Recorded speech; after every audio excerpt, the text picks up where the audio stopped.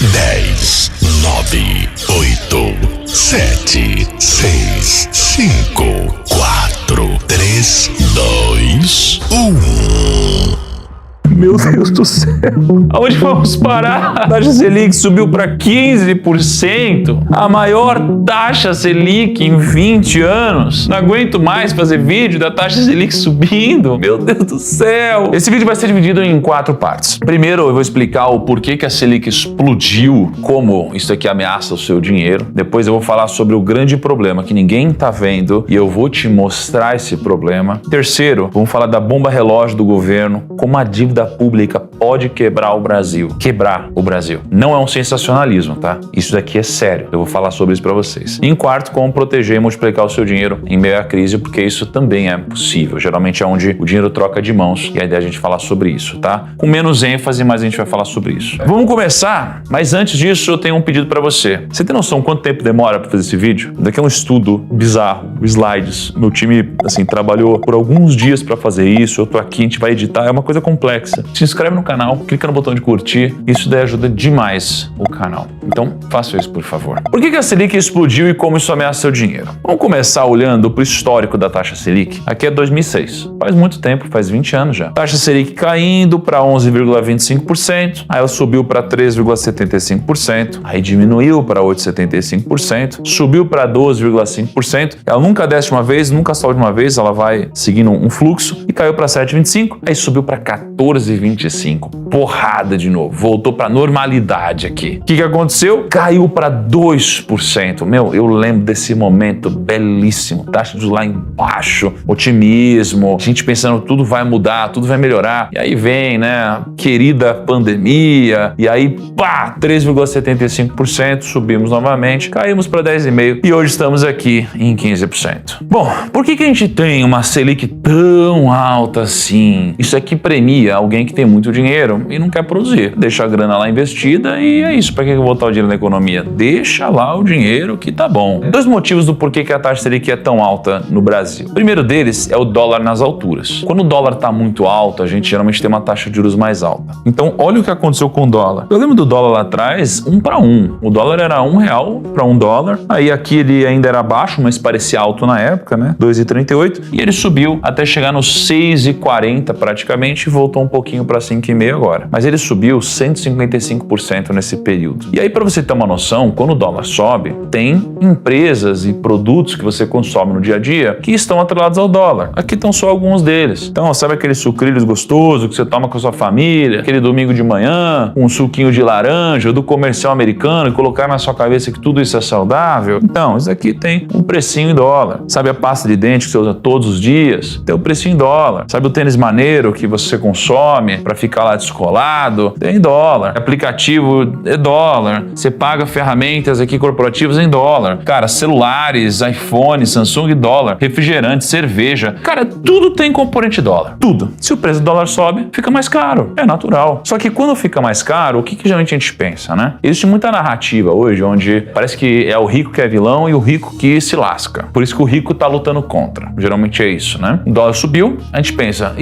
o rico tá reclamando só porque ele que viaja para os Estados Unidos. Agora vai ficar mais caro, tá aí reclamando, né? Deixa eu te mostrar um negócio. Segundo um estudo da FGV, entre 10% e 14% da cesta de consumo dos brasileiros é afetada direto ou indiretamente pelas flutuações cambiais. E quem você acha que é mais afetado? O pobre ou o rico? O pobre. Quando a gente fala de uma renda de até R$ 1.254, que é grande parte do Brasil, a gente tem um peso de 13,93% no bolso do brasileiro. Quanto maior a sua renda, menor o impacto, por causa do componente de consumo da cesta de acordo com a sua renda. Então você começa a ter mais renda, você começa a consumir coisas diferentes. Então você começa a ter um componente de menos impacto na sua cesta de consumo. Até que quem tem uma renda muito alta, acima de R$11 mil, tem impacto de 11,07%. Apenas em relação a 13,93%. Quem tem menos renda é mais impactado pela inflação ou pela alta do dólar. Segunda coisa que impacta muito a taxa Selic. Existe algo chamado meta de inflação. O Brasil, ele tem uma meta a se buscar, que a gente pensa de uma forma meio corporativa, né? Você tem um gestor que precisa administrar recursos para chegar em algum lugar. Quando a gente fala da meta de inflação, existe algo que a gente considera no Brasil que é controlado. E esse algo controlado lado tem um piso da meta, que é 1,5% de inflação. A gente tem a meta central, que é 3%, e tem o teto da meta, que é 4,5%. Significa que a nossa inflação deveria ficar entre 1,5% e 4,5%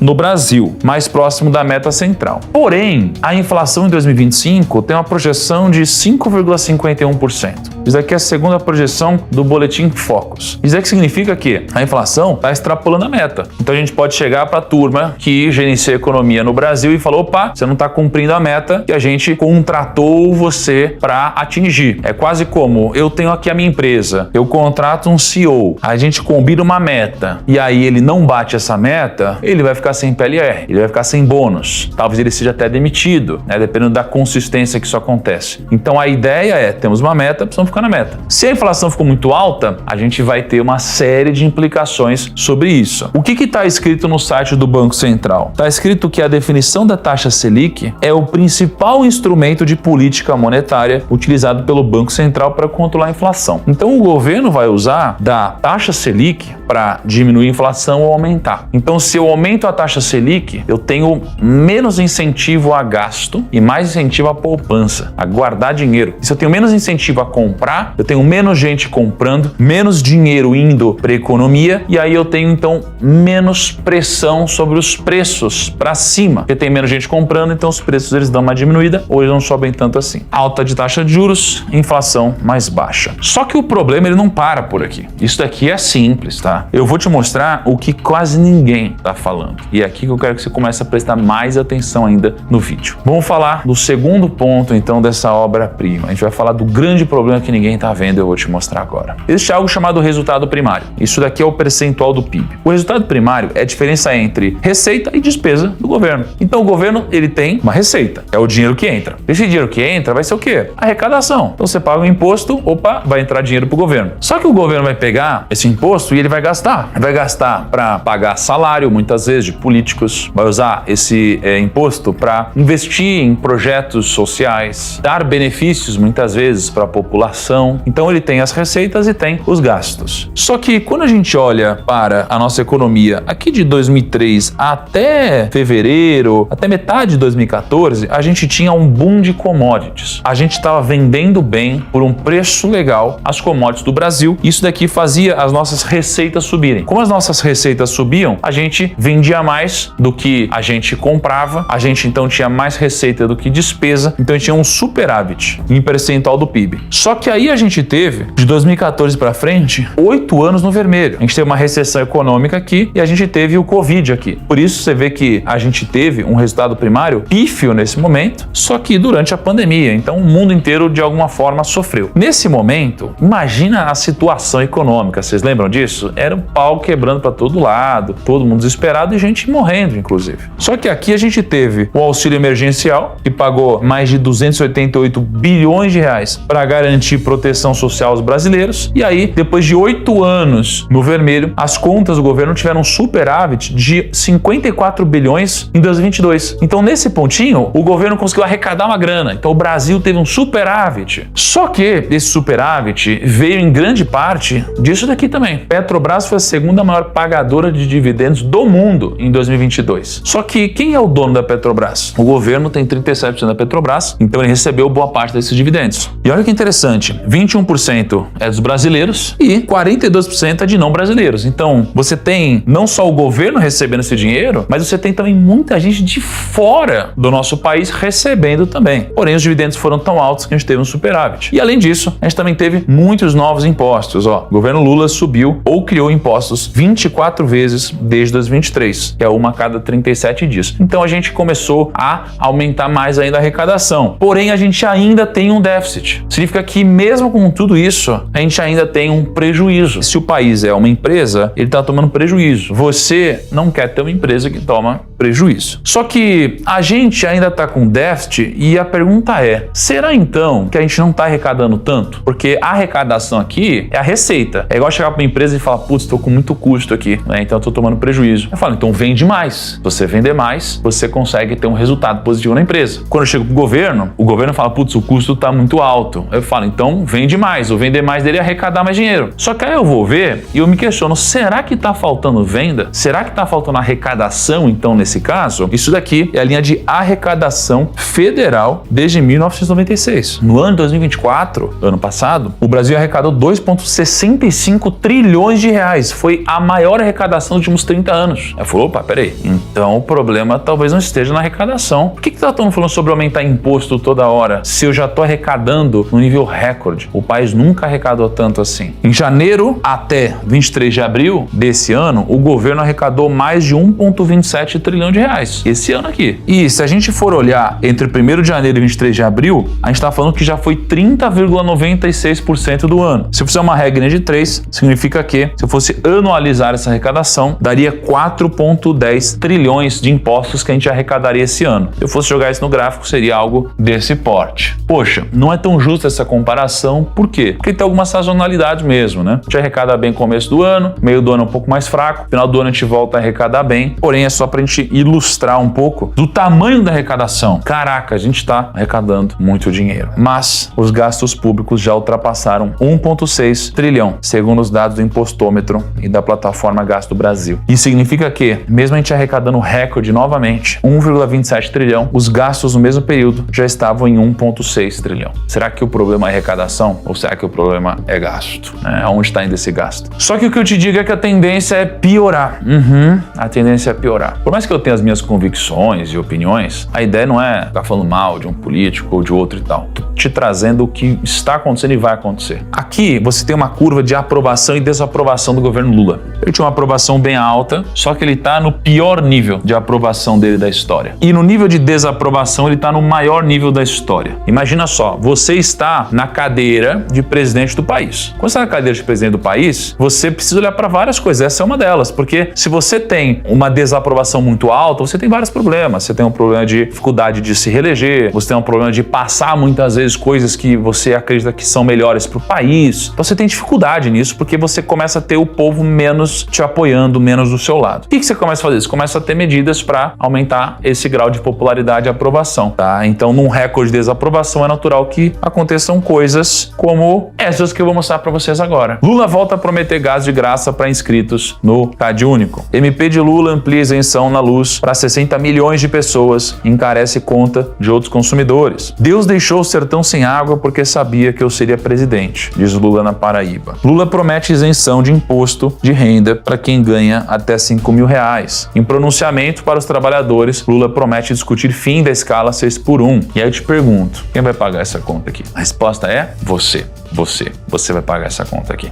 É isso que vai acontecer. E veja como que isso vai acontecer. Lula dá sinal verde à proposta de Haddad para aumentar a tributação de aplicações financeiras. Fim da isenção de LC e LCA tem impacto estimado em 18 bilhões, avalia XP. FIIs e Fiagros vão perder isenção. Entenda a proposta da MP para tributar os dividendos. O governo prevê arrecadar 10,5 bi em 25 e 20 bi em 2026 com o MP que aumenta impostos. O governo Lula subiu ou criou impostos 24 vezes desde 2023, uma a cada 37 dias. E com todos esses impostos, o governo ele prevê um superávit, 34 bilhões em 26. Isso daqui é com tudo isso que eu mostrei para você acontecendo, com todas essas medidas de aumento de imposto, de tudo isso aqui, para a gente conseguir ter um superávit de 34 bilhões em 26. Mesmo com um superávit desse, a gente estaria aqui ainda. Ou seja, com superávit ligeiramente acima de zero. Só que tem um probleminha nisso tudo. O superávit é o lucro, seria equivalente ao lucro do país antes de pagar os juros com a dívida. Mas você tem noção da dívida que o país tem? Quando eu digo a dívida que o país tem, você precisa entender que não é o país, é você. Porque você está aqui e você é dono de uma parte do país, metaforicamente, então você deve isso também. Por isso que vão tributar lá o seu salário, a sua renda, seus investimentos, a sua produção, porque você está aqui dentro. O superávit de 34 bilhões é antes de você pagar os juros da dívida. Vamos falar sobre os juros da dívida, porque é aqui onde a casa começa a cair. E aqui a gente vai falar da bomba relógio do governo. que de fato é o como a dívida pública pode acabar quebrando o Brasil se a gente não fizer nada. Lembra que a taxa de juros, a Selic, está muito alta? E hoje a gente está aqui em 15%. A gente está próximo das nossas máximas históricas. E quando a gente olha para a dívida pública em relação ao PIB, adivinha só, a gente está também no maior valor da história. Nunca estivemos numa dívida pública tão alta desse gráfico aqui desde 91. O nosso recorde foi aqui próximo de 2001 e a gente está próximo disso de novo. Então imagina que a dívida pública é tudo que o país deve, porque o país ele geralmente gasta, se financia e paga no prazo. Só que essa dívida ela vai crescendo, vai virando uma bola de neve. Está numa relação gigante da dívida. Só que se a gente olhar para a nossa dívida hoje, esse é um dado muito importante. Como que a nossa dívida está distribuída? Eu imagino, eu devo e eu preciso pagar. Você tem uma parte da dívida que está atrelada à inflação, você tem uma parte da dívida que está atrelada ao dólar, uma parte que está atrelada ao pós-fixado. Então, a gente está aqui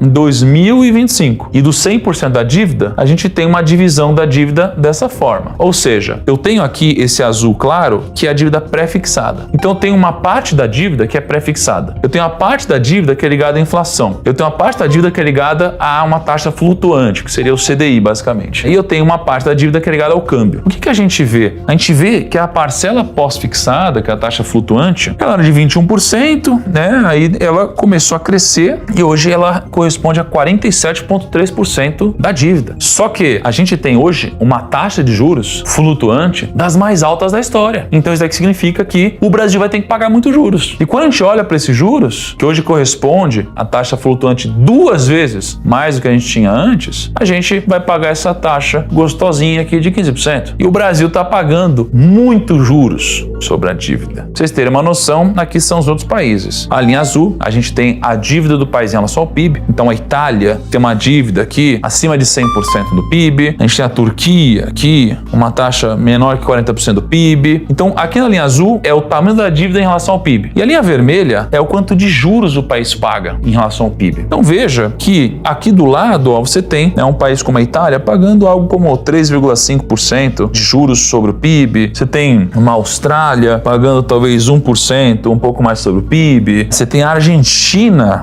pagando menos que 3% de juros sobre o PIB. E aí entra o Brasil nessa história, né? O Brasil aqui, ele é o país que mais paga juros em relação ao PIB. A gente está falando que nenhum país, dentre os países conhecidos aqui, ele vai pagar mais juros sobre o PIB do que o Brasil. Então isso aqui significa que a gente está pegando toda a nossa receita, o crescimento do país de alguma forma, e a gente está usando boa parte desses recursos para pagar juros, só para pagar juros. Então isso daqui é muito perigoso, porque não é como se eu estivesse usando isso de uma forma produtiva. Eu tô falando que é um efeito bola de neve. É igual você pegar, investir em algo na sua empresa, investir em algo na sua vida, e aí você, de repente, ter uma boa intenção desse investimento, mas o juros ser tão alto a ponto de a sua empresa quebrar depois. Então é muito perigoso isso aqui. A gente está indo para um lugar muito perigoso. A gente está falando de R$1 trilhão. O Brasil ele se aproxima de um gasto histórico com juros por conta da Selic de R$1 trilhão. A alta da taxa básica de juros da economia nacional deve fazer com que o governo gaste um valor histórico só para arcar com juros da dívida pública. E a gente pode atingir R$1 trilhão ainda esse ano, que é um valor que a gente nunca antes pagou na história. Lembra aqui do resultado primário, que a gente estava um tempão sem ter algum tipo de superávit? Se a gente tivesse superávit incrível, que é o que o governo está dizendo, ou seja, ele está dizendo algo, ele está sendo otimista, né? É difícil geralmente ele conseguir entregar o resultado que promete, assim como a meta da inflação, mas a gente quer que ele entregue um bom resultado. O que acontece é que a gente tem um superávit de 34 bilhões, só que aí depois disso tem uma boletinha para pagar de juros de mais ou menos R$1 trilhão. Fizemos tudo, sobrou 34 bilhões, só que aí tem que pagar R$1 trilhão de juros. Cara, para onde a gente está indo? A gente precisa se ligar, precisa acordar, precisamos se mexer. Tá falando de 30 vezes o tamanho do nosso superávit. E é um juros que, de fato, tem crescido ao longo do tempo, né? Uma dívida que vem crescendo, não vem diminuindo, não. Isso é muito perigoso. Um país pode quebrar se continuar assim. Se você não tá com medo, então você deveria estar. Você deveria estar se perguntando o seguinte: o que eu faço com o meu dinheiro agora? Ah, Thiago, você vai ser sensacionalista? Preciso ser sensacionalista, né? Eu te mostrei alguma coisa fora da realidade aqui? Não tô querendo te vender medo para te depois vender uma solução, não é isso não. É porque realmente, óbvio que eu trabalho com investimentos e com tudo isso, mas eu tô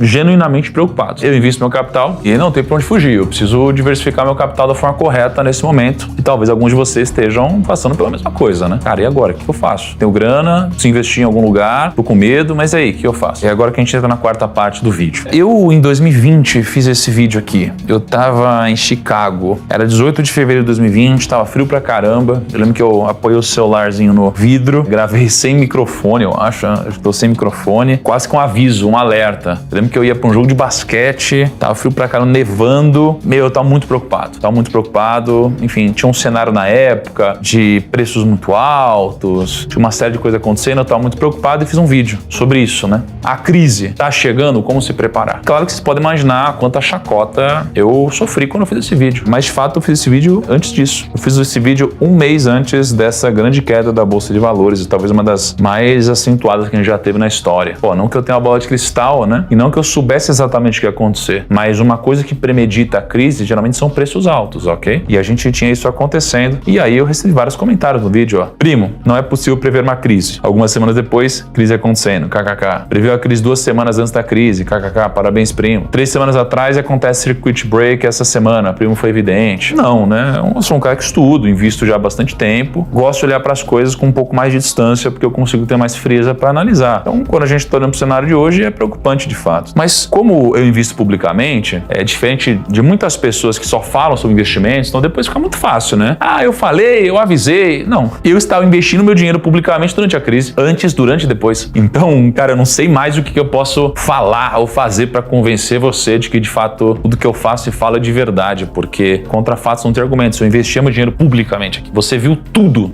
que eu fiz. Mas eu vou te lembrar caso você não estivesse comigo na época. Essa era a minha carteira na época, ok? Eu tinha aqui fundos imobiliários, 27%, tinha 14% em ativos internacionais, 24% em renda fixa, 1% em criptomoeda e eu tinha 33% em ações. O que eu fiz durante a crise? Eu mexi um pouquinho na minha carteira. Para facilitar, basicamente, eu comecei a aumentar minha posição em ações. Então pense que a crise faz a minha posição de ações diminuir, como se eu tivesse ido para muito menos de 33. Só que eu investi tanto em ações que eu fui para mais de 33, fui para 37, porque esse é o momento onde tem barganhas e oportunidades aparecendo. Quando eu olho para fundos imobiliários, eu também aumentei fundos imobiliários. Quando eu olho para criptomoeda, eu também aumentei a posição em criptomoeda. Quando eu olho para renda fixa, eu diminui renda fixa. E quando eu olho para investimentos internacionais, eu também aumentei a posição em investimentos internacionais. Então, de uma forma geral, o que eu fiz? Veio a crise. E ao invés de fazer o que todo mundo vai te dizer para fazer na crise, que é, nossa, melhor você ficar mais conservador agora, conforme a crise vai acontecendo, o ideal é você ir fazendo o que ninguém está fazendo. Porque se todo mundo vai ficando com medo, você vai tendo que imprimir um pouco mais de coragem nas suas atitudes. Se todo mundo vai vendendo, você precisa ser um cara que vai começar a comprar mais as coisas. Então, na crise, você tem a oportunidade de mudar o dinheiro de mão e esse dinheiro pode ir para a sua mão, se você tiver mais coragem e mais conhecimento e solidez do que os outros. E aí, obviamente, eu tive, enfim, bastante rentabilidade nessa época. Foi um dos momentos que eu mais ganhei dinheiro na minha vida. Então, eu diminui a posição em renda fixa, eu aumentei a posição em fundos imobiliários, aumentei a posição em ações e eu aumentei a posição em ativos internacionais. E se você não sabe qual ativo exatamente você deve escolher, você tem algumas opções para fechar o vídeo aqui. A primeira de todas é, imagina que a gente tem aqui um grau de afinidade com investimentos e o tempo que você tem disponível para investir. Porque você tem sua vida, você tem seu trabalho, ainda mais durante a crise você precisa trabalhar dobrado. Primeiro de tudo, você tem a Portfel que você pode investir. Então, a gente tem uma consultoria de investimentos aqui no Grupo Primo. A gente atende investidores dentro do BTG, dentro da XP, dentro do Itaú, dentro do Safra, dentro do Inter. Não importa onde você invista, a gente atende você na sua instituição. Se você quiser a nossa ajuda para investir, se você tiver mais de 100 mil reais para investir, pode clicar aqui no link da descrição, vai preencher um formulário e meu time vai entrar em contato com você. Hoje a gente tem mais de 600 consultores de investimentos esperando para falar contigo e a gente é a consultoria de investimentos que mais cresce no Brasil. A gente atende hoje mais de 170 mil investidores. A gente atende clientes acima de 100 mil, mas o nosso cliente médio geralmente tem 1 milhão de reais. Pô, Thiago, mas eu não tenho 100 mil ainda, o que eu faço? Pode preencher o formulário também, porque se você tiver menos de 100 mil, mas tiver uma renda interessante, meu time vai ligar para você para ajudar você a fazer um planejamento financeiro. Se você preferir não conversar com um consultor, não ter alguém te ajudando, pode investir direto num fundo de investimentos e simplesmente diversifica a sua carteira e monta a Arca, onde você tem um pouquinho de ativos internacionais, um pouquinho de renda fixa, um pouquinho de ações e assim, e um pouquinho de investimentos dolarizados. Você pode fazer isso pelas principais plataformas do Brasil, XP, BTG, Inter, enfim, várias. Você pode pesquisar lá Arca Grão, é uma previdência privada, ou você pode baixar o nosso app, que é o app Grão, e aí você pode investir por lá. Eu invisto publicamente e mostro como fazer isso. Se você tiver muito mais tempo e você tiver também muito mais afinidade, você gosta muito disso, aí você pode começar a fazer um screening você mesmo de ações e fundos imobiliários. Você pode baixar a base de dados de todas as ações e fundos imobiliários do Brasil, começar a fazer um filtro de indicadores depois consultar os nossos analistas, seja através da Finclass ou outro lugar, você pode começar a tomar decisões você mesmo. E se você tiver mais tempo ainda, você pode se aprofundar em valuation e talvez fazer bons negócios. Agora, você não precisa necessariamente fazer isso, porque o nosso time, ele acaba fazendo isso para você. Gente, esse é um vídeo de alerta muito importante. Para ser bem sincero, toda vez que a taxa Selic